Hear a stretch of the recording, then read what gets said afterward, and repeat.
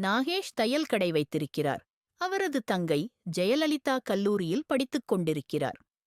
தங்கையின் மீது மிகுந்த பாசம் வைத்துள்ள நாகேஷ் ஏழை என்றாலும் இருவருமே நிறைவாக வாழ்ந்து வருகிறார்கள். ஜெயலலிதா தன் உடன் படிக்கும் ஏவிஎம் ராஜனை காதலிக்கிறார். ஒரு கட்டத்தில் ஏவிஎம் ராஜன் ஜெயலலிதாவை கர்ப்பமாக்கி விடுகிறார்.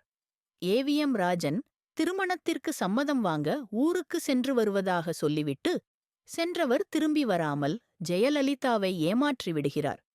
ஜெயலலிதா கடிதம் எழுத ஏவிஎம் ராஜனின் அண்ணன் முத்துராமனிடம் கிடைக்கிறது. இவர்கள் இருவரின் அப்பாதான் மேஜர் சுந்தர் ராஜன். இவர் பார்வையை இழந்தவர், ஆனால் மிகவும் கண்டிப்பானவர். ஏவிஎம் ராஜனிடமிருந்து கடிதம் எதுவும் வராத காரணத்தினால் ஜெயலலிதா தனது அவல நிலையை அண்ணனிடம் கூறவும் முடியாமல் ஜெயலலிதா தற்கொலை செய்து கொள்கிறார்.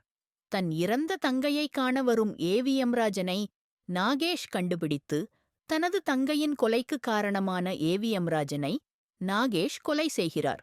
கொலை செய்துவிட்டு அங்கிருந்து தப்பி ஓடுகிறார். பல இடங்களில் சுற்றித் திரிந்த கொலையாளியான நாகேஷ் மேஜர் சுந்தர்ராஜன் வீட்டில் தஞ்சமடைகிறார்.